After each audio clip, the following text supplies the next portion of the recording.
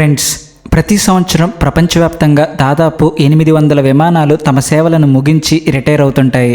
అయితే ఇలా రిటైర్ అయిన విమానాలకు ఆ తర్వాత ఏమి జరుగుతుందని మీరు ఎప్పుడైనా ఆలోచించారా? ఈ విధంగా సేవలు నిలిపివేసిన విమానాలను ఉపయోగించి కంపెనీలు ఏమేం చేస్తాయో ఈ వీడియో ద్వారా మనం డీటెయిల్డ్గా తెలుసుకుందాం.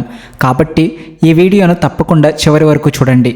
అలానే ఈ వీడియోకి లైక్ చేసి ఛానల్ని సబ్స్క్రైబ్ చేసుకోవడం మర్చిపోవద్దు. ఫ్రెండ్స్, సాధారణంగా మనలో చాలామంది విమానం యొక్క సర్వీస్ లైఫ్ పూర్తయితే దాన్ని పూర్తిగా పగలగొట్టి పడేస్తారని అనుకుంటారు. కానీ అది నిజం కాదు. విమానం యొక్క ప్రతి భాగం యొక్క విలువ మరియు ఉపయోగాన్ని బట్టి చాలా ఖచ్చితమైన దశల ద్వారా వీటిని వేరు చేస్తారు. అందుకే మొదటి దశ నుంచే చాలా ప్లాన్ చేసి అత్యంత కఠినంగా పనులు నిర్వహిస్తారు. సో ముందుగా విమానాలు తుప్పు పట్టకుండా ఉండడానికి పొడిగా ఉండే పెద్ద యార్డులలో వీటిని భద్రపరుస్తారు. పని ప్రారంభించే సమయం వచ్చినప్పుడు ప్రత్యేకంగా రూపొందించిన టోయింగ్ వాహనాలతో విమానాన్ని రీసైక్లింగ్ ప్రాంతానికి తీసుకువస్తారు. అక్కడికి చేరుకున్న తర్వాత టెక్నీషియన్లు విమానాన్ని పూర్తిగా క్షుణ్ణంగా పరిశీలిస్తారు. విమానం లోపలి పరిస్థితిని తెలుసుకోవడానికి అవసరమైన యాక్సెస్ ప్యానెళ్లను తెరిచి ప్రతి భాగాన్ని జాగ్రత్తగా తనిఖీ చేస్తారు. ముఖ్యంగా విమానం మొత్తం బరువును మోసే మెయిన్ బాడీ స్ట్రక్చర్ బలంగా ఉందా, ఏమైనా నష్టం జరిగిందా అనే విషయాలను ప్రత్యేకంగా పరిశీలిస్తారు. ఈ తనిఖీ పూర్తయిన తర్వాత విమానంలోని ప్రతి భాగాన్ని ఏ క్రమంలో ఎలా విడదీయాలి అనే దానిపై ఇంజనీరింగ్ టీం ఒక ఖచ్చితమైన ప్రణాళికను సిద్ధం చేస్తుంది. సో విమానాన్ని విడదీసే పనిని ప్రారంభించే ముందు అందులో ఉన్న అన్ని ఎలక్ట్రికల్ సిస్టంల పవర్ను పూర్తిగా ఆఫ్ చేస్తారు. ఎక్కడైనా కరెంటు మిగిలి ఉండకుండా మెయిన్ పవర్ కనెక్షన్తో పాటు అన్ని బ్యాకప్ బ్యాటరీలను కూడా టెక్నీషియన్లు తొలగిస్తారు. అంతేకాకుండా కెపాసిటర్లలో నిల్వ ఉండే చిన్న మొత్తంలో విద్యుత్ ఛార్జ్ను కూడా పూర్తిగా డిశ్చార్జ్ చేసి పనిచేసే సమయంలో ఎలాంటి విద్యుత్ ప్రమాదం జరగకుండా విమానాన్ని సేఫ్ చేస్తారు. దీంతోపాటు మరో ముఖ్యమైన పని ఏమిటంటే విమానంలో ఉన్న ఫ్లూయిడ్స్ అన్నిటినీ పూర్తిగా తొలగించాలి. ముఖ్యంగా రెక్కలు, విమానం ప్రధాన బాడీలో ఉన్న ఫ్యూయల్ ట్యాంకులకు ప్రత్యేకమైన పైపులను కనెక్ట్ చేసి శక్తివంతమైన పంపుల సహాయంతో జెట్ ఫ్యూయల్ మొత్తాన్ని బయటకు తీస్తారు. తీసిన ఫ్యూయల్ను సురక్షితంగా మూసివేసిన ప్రత్యేక ట్యాంకుల్లోకి మళ్లిస్తారు. ఈ మొత్తం ప్రక్రియలో ఎక్కడైనా లీకేజీ జరుగుతుందా, ఫ్యూయల్ ప్రవాహం సరిగ్గా ఉందా అనే విషయాలను సెన్సార్ల ద్వారా నిరంతరం పర్యవేక్షిస్తారు. సో విమానాన్ని పూర్తిగా పవర్ ఫ్రీగా, ఫ్లూయిడ్ ఫ్రీగా మార్చిన తర్వాత టెక్నీషియన్లు తదుపరి హైడ్రాలిక్ సిస్టంపై దృష్టి పెడతారు. ముందుగా పైపుల లోపల ఉన్న ప్రెషర్ను మెల్లగా తగ్గించడానికి వాల్వులను ఒక్కొక్కటిగా తెరుస్తారు. ఫ్లైట్ నిలిపివేసినప్పుడు హైడ్రాలిక్ పైపులలో ఎక్కువ ప్రెషర్ నిలిచి ఉండే అవకాశం ఉంటుంది. కాబట్టి ఈ దశను చాలా ముఖ్యమైనదిగా భావిస్తారు. ప్రెషర్ అంతా తగ్గి సేఫ్గా మారిందని నిర్ధారించుకున్న తర్వాత హైడ్రాలిక్ ఆయిల్ మొత్తాన్ని బయటకు లాగుతారు. ఇది ఒక ఫుల్ ఇంటర్నల్ క్లీనింగ్ ప్రాసెస్. కొద్దిగా ఫ్యూయల్ లేదా ప్రెషర్ లోపల మిగిలి ఉన్నా కూడా చిన్న నిప్పురవ్వ పడితే పెద్ద ప్రమాదమే జరగవచ్చు. అలా ఫ్లైట్ నుండి ఫ్యూయల్, ప్రెషర్ మరియు ఇతర ప్రమాదకరమైన పదార్థాలన్నీ తొలగించబడి పూర్తిగా డ్రైగా మారిన తర్వాత మాత్రమే తదుపరి దశ అయిన పార్ట్స్ విడదీయడం, మెటల్ కటింగ్ వైపు సురక్షితంగా వెళ్ళగలరు.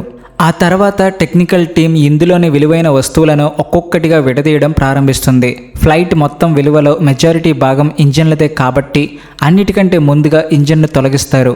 ఇంజన్ యొక్క పూర్తి బరువును మోయడానికి ఒక క్రేన్ ఉపయోగించి పెద్ద బోల్టులను ప్రత్యేకమైన టూల్స్తో లూజ్ చేస్తారు. చివరి కనెక్షన్ కూడా తీసేస్తే ఇంజిన్ను మెల్లగా క్రేన్ ద్వారా కిందకు దింపి ఒక ట్రాన్స్పోర్ట్ స్టాండ్ మీద ఉంచుతారు.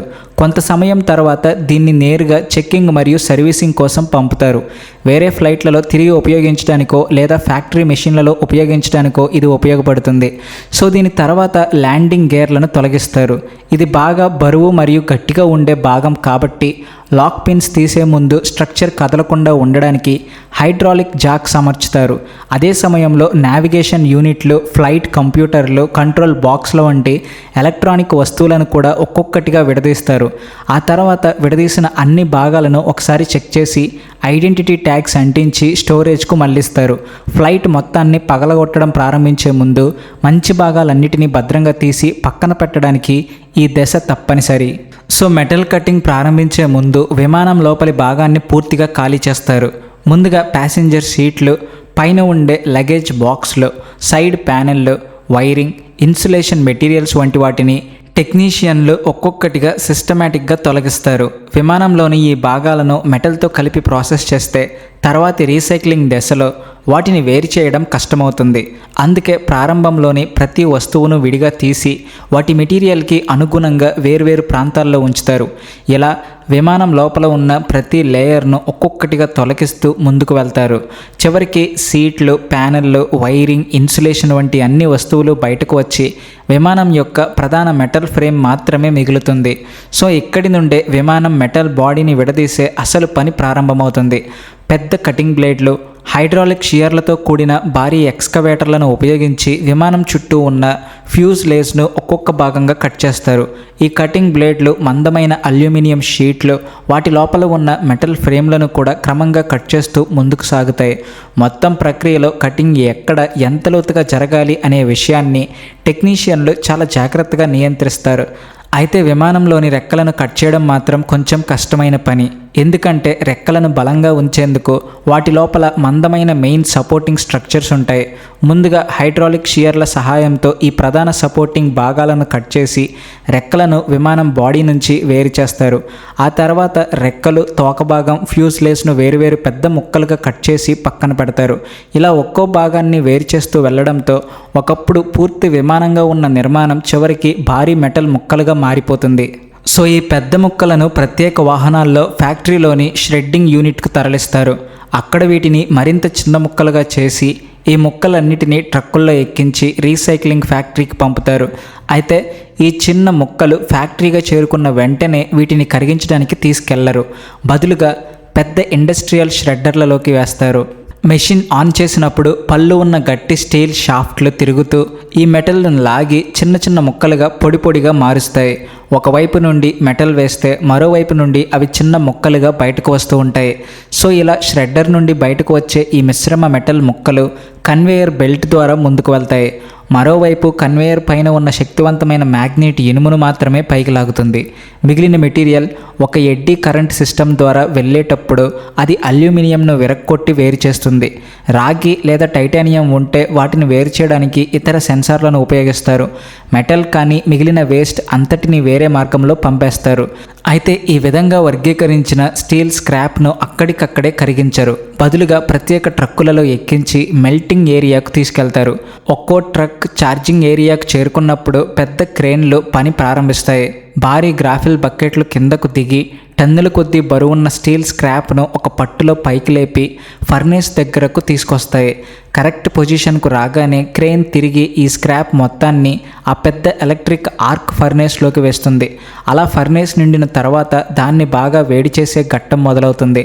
ఇందుకోసం ఆ సాలిడ్ స్టీల్ను లావా లాగా ద్రవంగా మారుస్తారు. క్రేన్లు ఒక్కో బ్యాచ్ స్క్రాప్ను మళ్ళీ ఫర్నేస్లోకి వేస్తూనే ఉంటాయి. కరిగిన స్టీల్ లావా ఉష్ణోగ్రత సుమారు 2900 నుండి 3300 డిగ్రీల ఫారెన్హైట్ వరకు ఉంటుంది. దీని సెంటర్ భాగంలో అంతకంటే ఎక్కువ వేడి వేగంగా ఉత్పన్నమై స్టీల్ చాలా వేగంగా వేడెక్కుతుంది.